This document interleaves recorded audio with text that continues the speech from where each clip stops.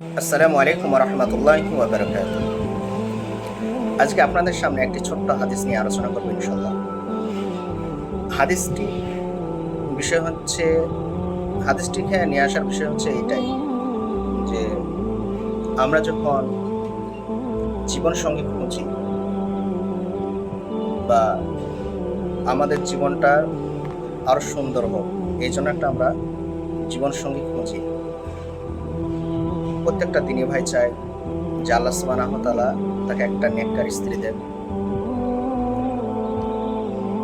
প্রত্যেকটা মেয়ে চায় তার জীবনসঙ্গী বা তার স্বামী, তার হাজব্যান্ড যেন সুচরিত্রবান হোক, এটা চায়।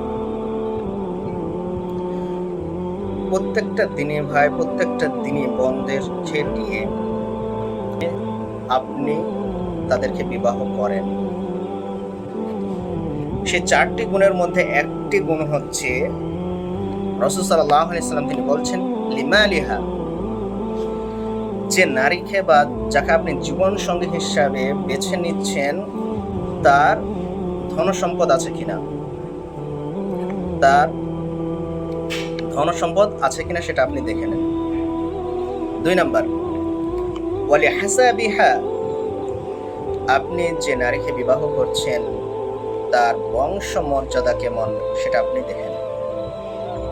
ওয়ালি জামালিহা, আপনি যে নারীকে বিবাহ করছেন সে নারীর সৌন্দর্য আছে কিনা, রূপ সৌন্দর্য আছে কিনা সেটা আপনি দেখেন।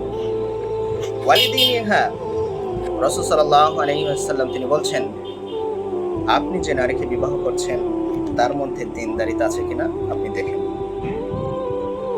বা এগুলি মানুষ দেখে, এই কারণগুলি মানুষ খুঁজে।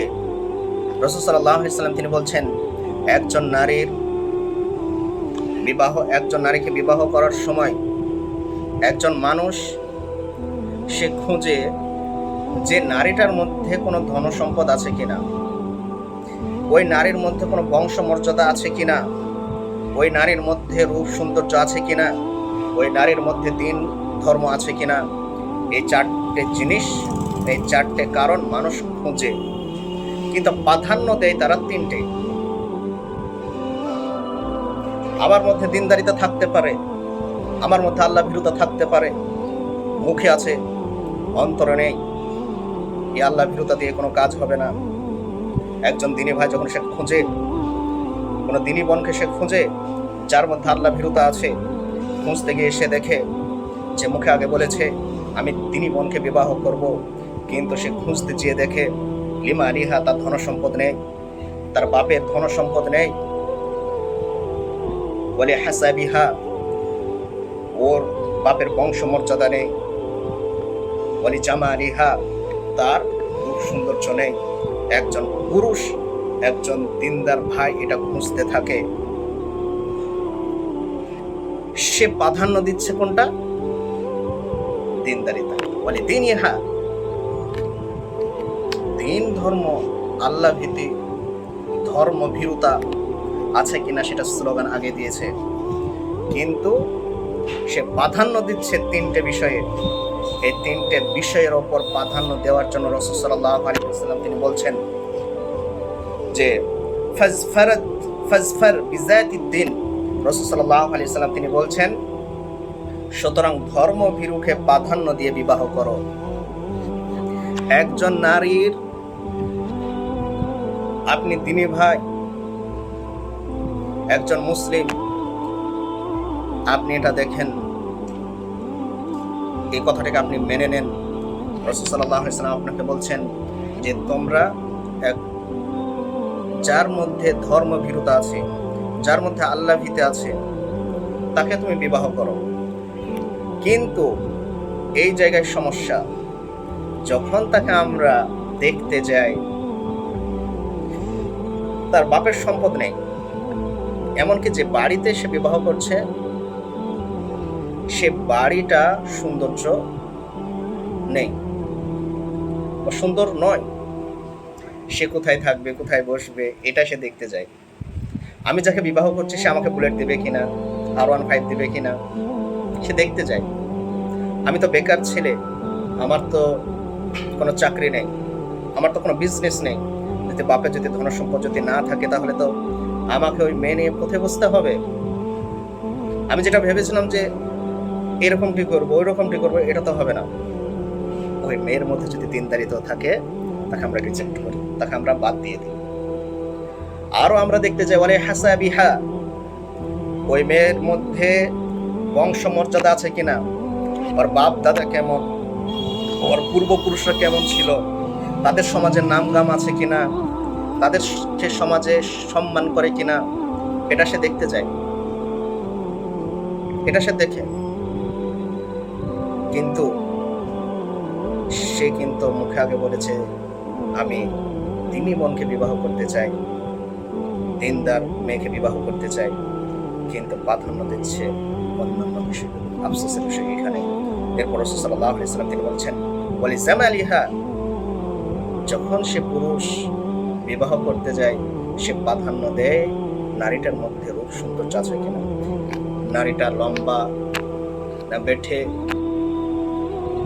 খাটো, ওই নারীর মধ্যে ওই চেহারার মধ্যে সৌন্দর্য নেই, চোখের সৌন্দর্য নেই, নাকের সৌন্দর্য নেই, চুলের সৌন্দর্য নেই, স্কিনটা কেমন যেন ড্যামেজ হয়ে গেছে, স্কিনের মধ্যে কিছু হয়েছে,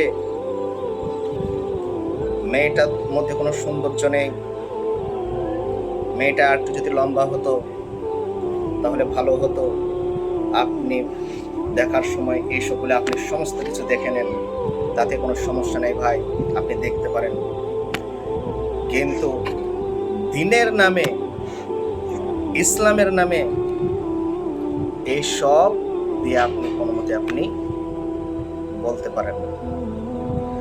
যেখানে আপনি দিনদারিতাকে প্রাধান্য দেবেন, দিনকে প্রাধান্য দিবেন, আল্লাহ ভীতিকে প্রাধান্য দিবেন, ওই নারীর সম্পদ আছে কিনা, ওই নারীর বংশ মর্যাদা আছে কিনা, ওই নারীর রূপ সৌন্দর্য আছে কিনা, এটা আপনার দেখার বিষয় নয়। মানুষের ধন সম্পদ হচ্ছে ক্ষণস্থায়ী, মানুষের বংশ মর্যাদা হচ্ছে ক্ষণস্থায়ী, মানুষের রূপ সৌন্দর্য হচ্ছে ক্ষণস্থায়ী। মানুষের রূপ সৌন্দর্য কোনোদিন একই রকম থাকে না, মানুষের ধন সম্পদ কোনোদিন একই রকম থাকে না, মানুষের বংশমর্যাদা কোনোদিন একই রকম থাকে না। তাই আপনাকে রাসূল সাল্লাল্লাহু আলাইহি ওয়াসাল্লাম তিনি বলছেন, মানুষ হিসাবে তুমি, দিনী ভাই হিসাবে, তুমি দিনদার ব্যক্তি হিসাবে, তোমার মধ্যে আল্লাহ ভীতি যদি থাকে, তুমি যদি প্রকৃত মুসলিম হয়ে থাকো, আল্লাহ ভীতি থাকে, আল্লাহর ভয় থাকে, আল্লাহর সম্পর্কে তার যদি অনেক অনেক ভয় থাকে, যে ভয়ের কারণে সে কোনোদিন কোনো খারাপ কাজ করেনি, সে 5 ওয়াক্তের সালাত আদায় করেছে, জেনাবি বিচার থেকে সে দূরে থেকেছে, এই নারীকে তুমি প্রাধান্য দাও। যদি তুমি প্রাধান্য দাও ফাজফারাত বিযাতিদ দ্বীন, তাহলে রাসূল সাল্লাল্লাহু আলাইহি ওয়াসাল্লাম তিনি বলছেন এই সমস্ত কাজগুলিকে বা এই গুণগুলিকে প্রাধান্য দেওয়ার থেকে দিনদারিতাকে তোমরা প্রাধান্য দাও। যার মধ্যে দিনদারিতা আছে, যার মধ্যে আল্লাহ ভীতি আছে, তাকে প্রাধান্য দাও। আর বর্তমান সোশ্যাল মিডিয়াতে হয়ে গেছে, যারা টিকটকের সঙ্গে জড়িত আছেন, যারা ফেসবুকের সঙ্গে জড়িত আছেন, টুইটারের সঙ্গে জড়িত আছেন, ইউটিউবের সঙ্গে জড়িত আছেন, যেখানে শর্ট ভিডিও আপলোড করা হয়, সেখান থেকে আপনার দিনদারিতা বৃদ্ধি হয়েছে। আপনি মানুষকে স্লোগান দেন আমার মধ্যে দিন আছে, ইসলাম আছে, কিন্তু প্রকৃত আপনার মধ্যে দিন নেই।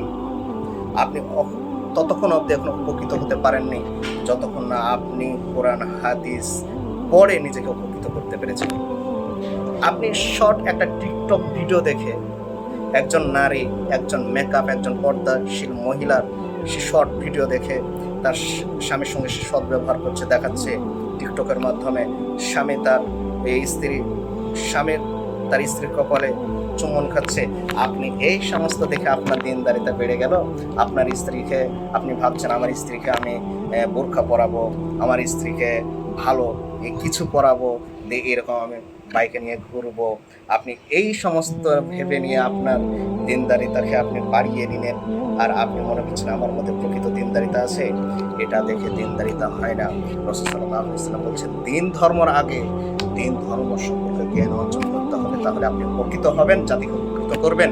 আর যদি আপনি এই সমস্ত শর্ট ভিডিও দেখে, টুইটার, টিকটক, ইনস্টাগ্রাম, তারপর আপনার ফেসবুক, ইউটিউব এই শর্ট ভিডিও দেখে আপনি দিনদারিতা আপনি পূর্ণতা লাভ করে নিলেন, আর আপনি এইভাবে আপনি থেকে গেলেন। আপনার হুজুরের শর্ট ভিডিওতে একজন যুবক যুবতীর মধ্যে ভালোবাসা সৃষ্টি করছে, আপনি ওই সমস্ত ভিডিও দেখে আপনার মধ্যে দিনদারিতা পূর্ণতা পেয়ে গেল। রাসূল সাল্লাল্লাহু আলাইহি ওয়াসাল্লাম তিনি বলছেন, ওই সমস্ত যুবক যারা তোমরা নিজেকে ধ্বংস করতে চাও না, তারা তোমরা শুনে রাখো, তোমরা শুধুমাত্র দিনদারিতাকেই প্রাধান্য দিবে। একজন যুবকের তার মধ্যে দিনদারিতা আছে কিনা সেটাই তুমি প্রাধান্য দাও। ওর সৌন্দর্য চিরস্থায়ী না, দিনদারিটা হচ্ছে চিরস্থায়ী। তার ধন সম্পদ চিরস্থায়ী না, আজ আছে কাল নেই। তার বংশমর্যাদা আজ আছে কাল নেই। তার রূপ সৌন্দর্য আছে, আজ আছে কাল নেই।